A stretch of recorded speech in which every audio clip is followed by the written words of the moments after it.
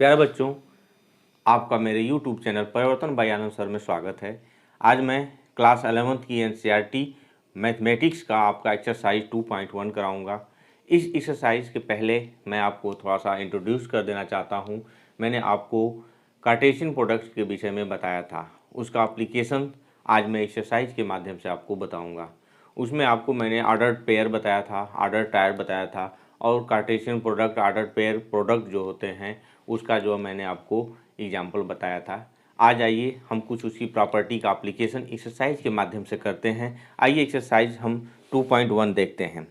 पहला क्वेश्चन क्या कर रहा है, if x/3 + 1, y-2/3 = 5/3 and 1/3 find the value of x and y।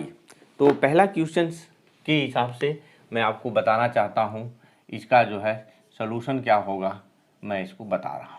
ठीक है ना। मैंने बताया था कि दो कार्टेशियन प्रोडक्ट्स के एलिमेंट्स आपस में बराबर हैं।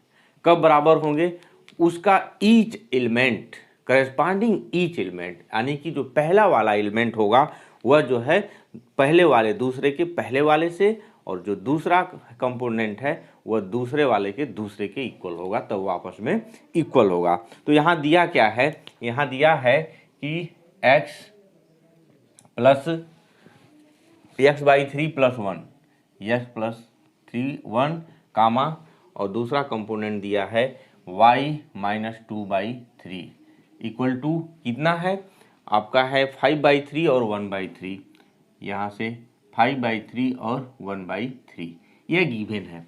तो यह कब इक्वल होगा, इक्वल तब होगा जब पहला कंपोनेंट इसके इक्वल हो और दूसरा कंपोनेंट क्या हो, इसके इक्वल हो। बहुत सिंपल है, आप कॉन्सेप्ट जानते हैं, उसके जो है डिफिनीशन जानते हैं, आप इसको इजीली कर सकते हैं।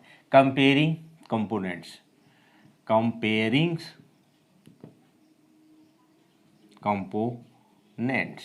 हम कंपोनेंट्स का क्या करें, कंपेयर कर लें। क्या मिलेगा, x/3 + 1 = 5/3 एंड y-2/3 = 1/3 मिलेगा। यहाँ से इसी को सॉल्व कर दें, x/3 = 5/3 - 1, आइदर x/3 = 5 - 3/3, यानी कि x/3 = 2/3, यहाँ से x = कितना मिलेगा, 2 हो गया। ठीक है ना। अब यहाँ से इसको कैसे करेंगे, फिर वही चीज़ है, y = 1/3 और 2/3, आइदर y = 3/3, y = 1। तो हमको पॉइंट क्या मिलेगा, यानी कि x और y की वैल्यू क्या मिलेगी, x = 2 मिलेगा, y = 1 मिलेगा, है ना इजी। आइए हम दूसरा क्वेश्चन देखते हैं। दूसरा क्वेश्चन क्या कह रहा है, if the set A has 3 elements and the set B has 3, 4, 5, then find the value of element A cross B।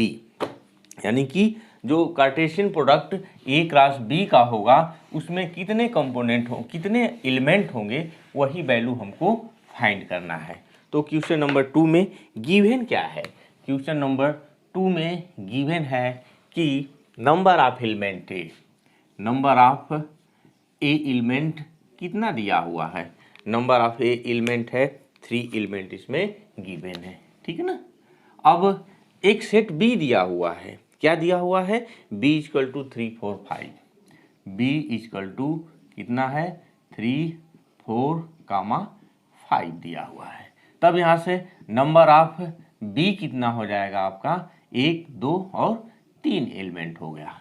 अब हमको क्या निकालना है, number of element in A cross B निकालना है, यानी कि A क्रॉस B का नंबर ऑफ एलिमेंट कितना हो जाएगा, यहाँ से आप निकालेंगे तो कितना मिलेगा, number of A into number of B होगा। तो नंबर ऑफ A कितना है आपका, पहले से ही 3 है, और B में कितने हैं, यहाँ भी 3 है, टोटल नंबर ऑफ एलिमेंट कितना हो जाएगा, 9 हो जाएगा। यही जो है आपका आंसर हो जाएगा, यह आपका 9 एलिमेंट इसमें होंगे, किसमें, A क्रॉस B में। ठीक है ना। आइए हम तीसरा क्वेश्चन देखते हैं। तीसरा क्वेश्चन क्या कह रहा है, तीसरा क्वेश्चन बहुत इजी है, इसी तरह से है। आइए तीसरा क्वेश्चन देखते हैं। कह रहा है कि एक सेट है जी, उसमें 7 और 8 है और एच क्या है 5, 4, 2 है। हमको जी क्रॉस एच फाइंड करना है और एच क्रॉस जी फाइंड करना है। तो आइए हम लोग देखते हैं क्वेश्चन नंबर 3 क्या कह रहा है। क्वेश्चन नंबर 3 के अकॉर्डिंग हम लोग देखते हैं। पहले जो सेट दिया हुआ है उस सेट को लिख लीजिए। सेट जी कितना दिया हुआ है, गिवन है जी इक्वल टू 7, 8 है और एच की वैल्यू कितना दिया हुआ है 5, 4 और आपका 2 दिया हुआ है। और पूछ क्या रहा है हमसे, दो चीज़ें पूछ रहा है कि जी क्रॉस एच कितना होगा और दूसरा एच क्रॉस जी कितना होगा। ठीक है ना। तो कभी कभी हम ऑर्डर लिखने में गड़बड़ कर जाते हैं, जो ऑर्डर लिखते हैं उसमें हम लोग गड़बड़ कर जाते हैं। तो मैं आपको एक मेथड बता रहा हूँ, शायद उससे आप फेमिलियर होंगे, उस चीज़ को जानते भी होंगे। आइए उस ऑर्डर को मैं बताऊँ कैसे करते हैं। हम उसको जो है जी दिया हुआ है ना, तो आप इस तरह से बना लीजिए। जी में कितने एलिमेंट हैं, ये आपका इधर जी हो गया और इधर कितना हो जाएगा एच हो जाएगा। जी दिया है आपका 7 है और यह कितना है आपका 8 है और एच कितना दिया हुआ है आपका 5 है और कितना है 4 है और 2 है। अब इसके हिसाब से आप ऑर्डर में कहीं मिस्टेक नहीं करेंगे, इसके हिसाब से आप मल्टीप्लिकेशंस करेंगे तो कहीं आपको कोई दिक्कत नहीं होगी। कितना हो गया 7, 5 हो गया और 7, 4 हो गया, यहाँ से 7, 2 हो गया, यहाँ से कितना हो जाएगा 8, 5 हो जाएगा, 8, 4 हो जाएगा और 8, 2 हो जाएगा। तो मिस्टेक नहीं होगा। हमको क्या निकालना था जी क्रॉस एच निकालना था, तो जी क्रॉस एच की वैल्यू कितना हो जाएगी वहाँ से आप लिख लीजिए 7, 5। इधर आप जरूरी नहीं है कि हम उसी तरह से करें, हम जो है अपने हिसाब से भी कर सकते हैं और जो रिक्वायरमेंट है और रिक्वायरमेंट के अनुसार यहाँ से आपका 5 और यहाँ से 8, 4 और 8, 2 हो गया। यह सारे आपके एलिमेंट होंगे। देख रहे हैं यहाँ 2 एलिमेंट है, यहाँ 3 एलिमेंट है, टोटल एलिमेंट कितने हो गए 2, 3, 6 हो गए। ठीक है ना। इसी तरह से आप एच क्रॉस जी भी निकाल सकते हैं। एच क्रॉस जी निकालने के लिए फिर वही है, सारा चीज़ रिवर्स हो जाएगा। तो आप इसका भी हेल्प ले सकते हैं, चाहे हम जो टेबल बताए हैं उस टेबल के हिसाब से आप एच क्रॉस जी भी निकाल सकते हैं। कैसे एच क्रॉस जी निकालेंगे, एच क्रॉस जी तो सारे कंपोनेंट बदल जाएंगे। बदलने का मतलब क्या है, आप इस तरह से ले लेंगे और यहाँ 2 ही होगा। अब यहाँ आपका क्या है, यहाँ एच हो गया इस डायरेक्शन में, इस डायरेक्शन में जी हो गया। तो जी में कौन कौन है आपका 8 है और 5 है और एच में आपके कितने एलिमेंट हैं 3 एलिमेंट हैं। कितना है 5 है, 4 है और 2 है। तो 5 का कितना हो जाएगा 5, 8 और 5, 5 सॉरी ये 5 नहीं है, इधर 7 है और इधर 8 है। ठीक है ना। तो उसके हिसाब से यह आपका क्या हो जाएगा 5, 7 और 5, 8 हो जाएगा, 4, 7 और 4, 8 हो जाएगा, 2, 7 और 2, 8 हो जाएगा। तो इस तरह से इसके ये कंपोनेंट हो जाएंगे। तो आप क्या करेंगे यहाँ से बस 5, 7 और 5, 8 और 4, 7, 4, 8 और 2, 7 और 2, 8 इस तरह से एच क्रॉस जी में हमारे एलिमेंट निकल जाएंगे। तो इससे फ़ायदा यह होता है कि हम ऑर्डर में गड़बड़ाते नहीं हैं। कभी कभी होता है इधर, जैसे मैं भी अभी आपके सामने ही देखे कि नहीं, लिखने में मैं गड़बड़ कर दिया था, तो अब यहाँ हम जब कर रहे हैं तो यहाँ भी गड़बड़ी हो सकती है, इसीलिए ये स्टेबल से लगाएंगे तो कोई मिस्टेक नहीं होगा। आइए हम आगे देखते हैं, क्वेश्चन 4 देखते हैं। क्वेश्चन 4 क्या कह रहा है उसको समझते हैं। ठीक है ना। क्वेश्चन 4 में आपका है क्या, कह रहा है कि state whether each of the following statements are true और false. If the statement is false rewrite the given statement correctly. यानी कि जो गिवन है स्टेटमेंट, इसको हमको देखना है कि यह करेक्ट है कि इनकरेक्ट है। तो पहला स्टेटमेंट क्या है, कह रहा है कि इफ पी जो है क्या है, यम और यन। पी में पहले वाले में चौथा का पहला देखते हैं क्या कह रहा है। कह रहा है कि पहले वाले में कि P इक्वल टू कितना है, यम यन है, और Q इक्वल टू कितना है, यन कामा यम है, ठीक है ना। और दिया क्या है कि P क्रॉस Q की वैल्यू कितना आया है, यहाँ यम कामा एन और क्या है, यन कामा एम दिया हुआ है, यही इसकी वैल्यू है।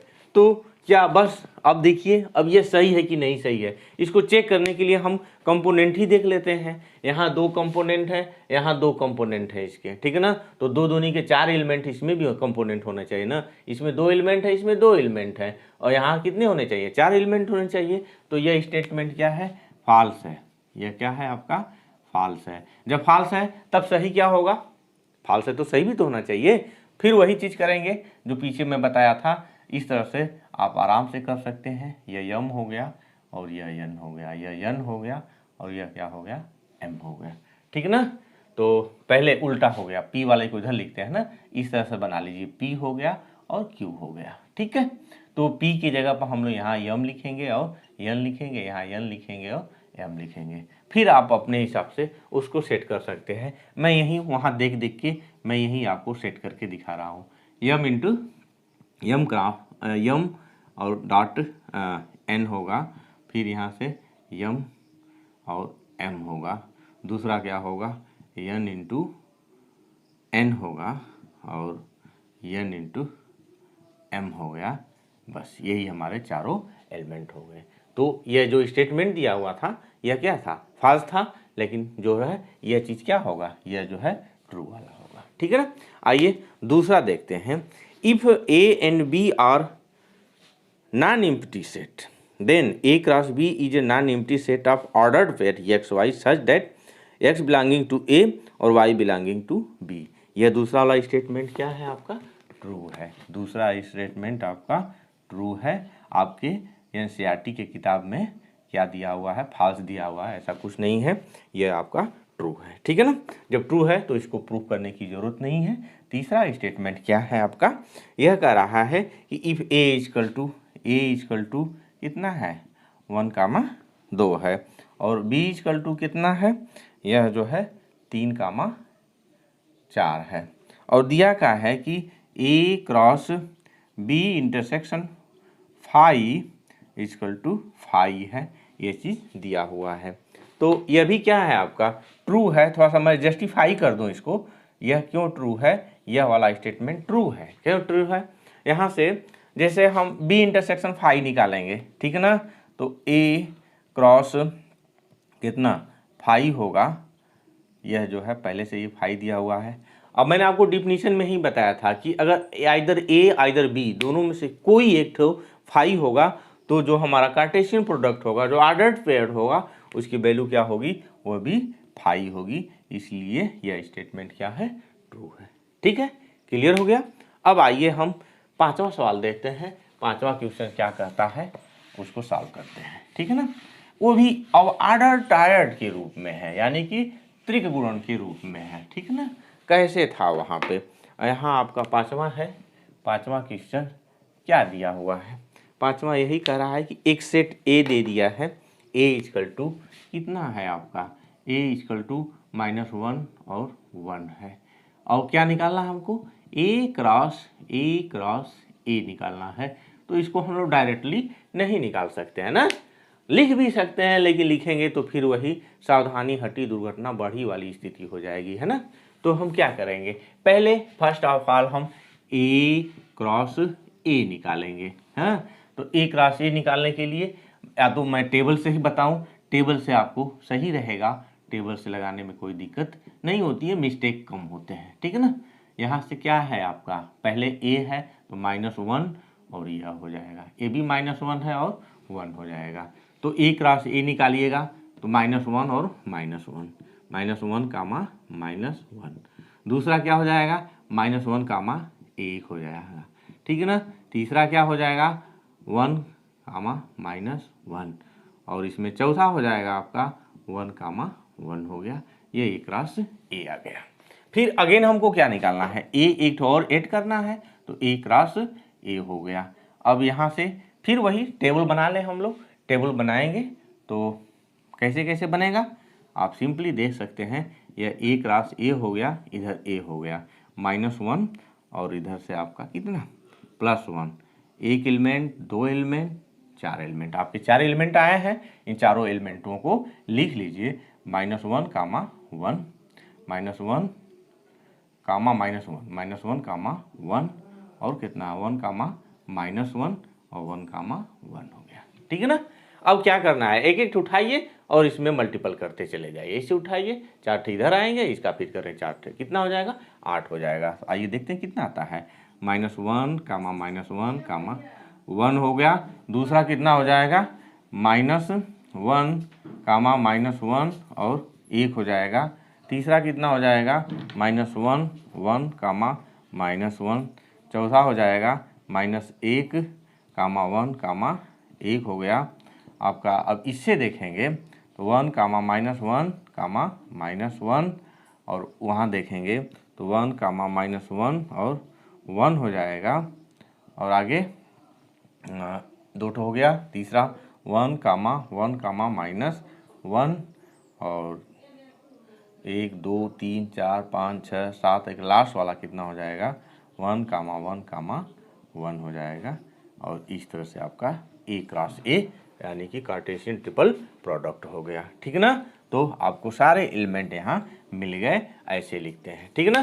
तो ऐसे लिखने से फ़ायदा यही है कि कहीं कोई मिस्टेक नहीं होगा, आप उसको ईजिली लिख सकते हैं। तो हमें जहाँ तक उम्मीद है आपको समझ में आ गया होगा।